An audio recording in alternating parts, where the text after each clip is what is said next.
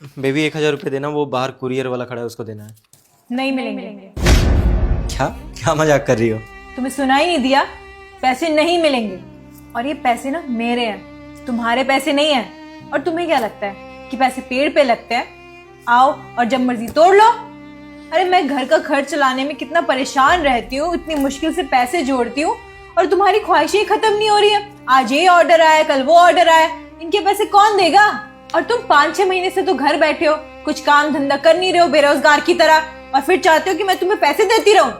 तुम्हें पता है मैंने कितनी सेविंग करके रखी हुई थी? तुम्हारे चक्कर में ना वो धीरे धीरे खत्म होती जा रही है।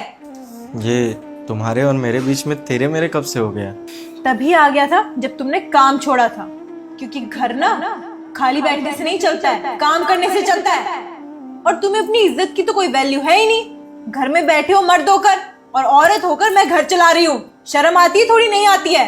खैर मैं भी किससे बहस कर रही हूँ। जाओ उसको बोल दो कि पैसे नहीं है, निकलो यहाँ से। यार उसके सामने बेइज्जती हो जाएगी मेरी।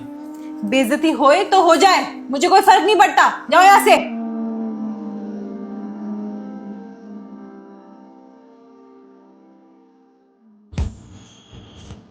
वो भैया, ये ऑर्डर कैंसिल हो सकता है क्या? पैसे नहीं है। ऐसे नहीं है तो फिर ऑर्डर करते क्यों हो? फालतू में टाइम खराब करते हो। चलो करो कैंसिल। फालतू आदमी ढल्ला। हो गया भैया।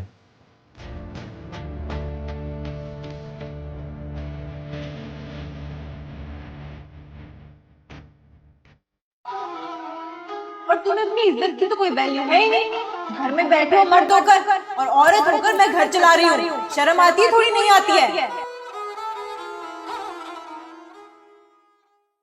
अच्छा चल रहे हैं ना परसों मेरे भाई की शादी में?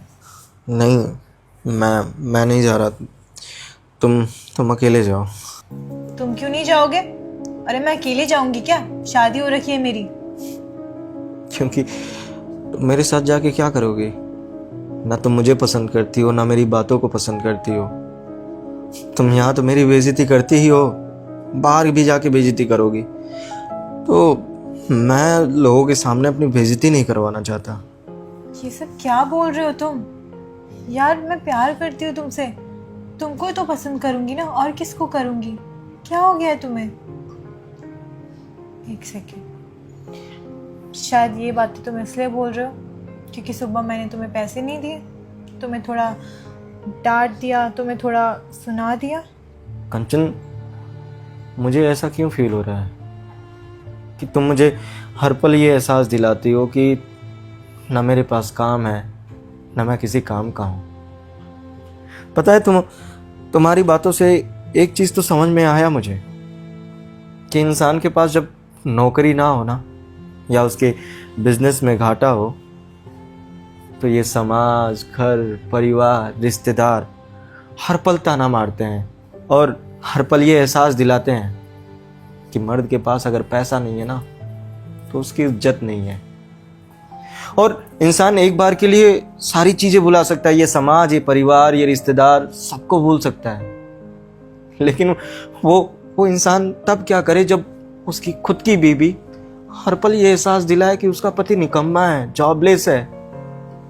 तुम्हें पता है, इन पिछले 6 महीनों में तुमने मुझे हर पल ये एहसास दिलाया है कि मैं जॉबलेस हूं, मेरे पास कोई काम नहीं है। तुम्हें पता है, वो डिलीवरी वाला आया था ना, मैंने अपने लिए कुछ नहीं मंगाया था, तुम्हारे लिए मंगाया था, तुम्हें सरप्राइज देने के लिए। इवन मेरे पास पैसे थे, लेकिन मेरे फ़ोन में नोटिफिकेशन आया कि तुम्हारा रिचार्ज ख़त्म हो रहा है। मैंने तुम्हारा फ़ोन रिचार्ज कर दिया, इसलिए पैसे कम पड़ गए थे, तो मैं तुमसे पैसे मांग रहा था, और कुछ नहीं। तुम्हें पता है, अगर तुम काम ना भी करो ना, जीवन भर ऐसे घर पे बैठी रहो, तब भी अगर मैं कमाता ना, तो तुम्हें एक पल के लिए ये एहसास नहीं कराता कि मैं पैसे कमा रहा हूं। तुम्हें जीवन भर रानी बना के रखता, कभी किसी चीज की कमी नहीं होने देता। इवन जब मैं नौकरी कर रहा था, तो तुम बताओ, कभी तुम्हें एहसास होने दिया? कभी तुमसे बोला कि ये फालतू के खर्च मत करो, बेफजूल के खर्चे मत करो, मैं पैसे कमा रहा हूं? कभी किया है तुम्हारे साथ? नहीं ना। फिर तुम हर पल मुझे मुझे इतना नीचा क्यों दिखाती हो यार? वो डिलीवरी वाला, वो मुझे भला बुरा बोल के गया। तुमने कभी मेरी जगह खुद को रख के सोचा कि मुझे क्या एहसास हुआ होगा उस वक्त जब एक डिलीवरी वाला मुझे ऐसे निकम्मा बोल के जा रहा है? सतीश, तुम गलत समझ रहे हो, मेरा वो मतलब नहीं था। नहीं कंचन, तुम्हारी बातों का वही मतलब था जो तुम कहना चाहती थी। यार मुझे तुम औरतों का समझ नहीं आता है कि तुम्हें मर्द से चाहिए क्या होता है। अगर मर्द बाहर पैसा कमाए, काम में बिजी रहे, तो तुम्हें यह शिकायत रहती है कि पति वक्त नहीं देता है। और अगर पति की जॉब चली जाए या बिजनेस में लॉस हो जाए, वो 1-2 महीने के लिए या 6 महीने के लिए घर क्या बैठ जाता है, तुम हर पल एहसास दिलाने लगते हो कि वो जॉबलेस है। पता है, जब तुम मुझे ताने मारती हो और कुछ बोलती हो ना, तो मुझे गुस्सा आता है, फ्रस्ट्रेशन होता है कि ऐसा क्या करूं कि मैं अपनी बीवी की नज़रों में अच्छा बन जाऊं। पता है, गुस्सा आता है, कभी कभी तुम पे भी गुस्सा आता है, पर मैं वैसा इंसान नहीं हूं कि अपना गुस्सा तुम पे दिखाऊं। पता है, इन सारी चीजों का एक ही उपाय है कि जब तक मेरी नौकरी नहीं लग रही है ना तुम मुझसे बात करो, ना मेरे पास आओ। जब मेरी नौकरी लग जाएगी, पैसे कमाने लगूंगा, तुम मेरे पास आ सकती हो, मुझसे बात कर सकती हो। तुम्हें किसी चीज की जरूरत हो तुम मुझसे मांग सकती हो, बेझिझक मैं तुम्हें दे दूंगा। लेकिन तब तक के लिए प्लीज तुम मुझसे दूर रहो, क्योंकि अब मुझसे बर्दाश्त नहीं होता है। सतीश देखो, मैंने जो भी कुछ किया वो हमारे फ्यूचर के लिए किया, ताकि हमारे पास एक अच्छी सेविंग हो, और आगे हमें बहुत सारी चीज़ें करनी है। कल को हमारे बच्चे होंगे तो उनको पैसे की कमी ना हो। पर मैं जानती हूँ मेरा तरीका बहुत गलत था। आई एम रियली सॉरी, ऐसा दोबारा कभी नहीं करूँगी। तुम्हें क्या लगता है कि मुझे फ्यूचर की परवाह नहीं है? मैं अपने परिवार के बारे में नहीं सोचता हूँ। मैं हर पल ये कोशिश करता हूँ कि कहीं नौकरी लग जाए, इंटरव्यूज देता रहता हूँ।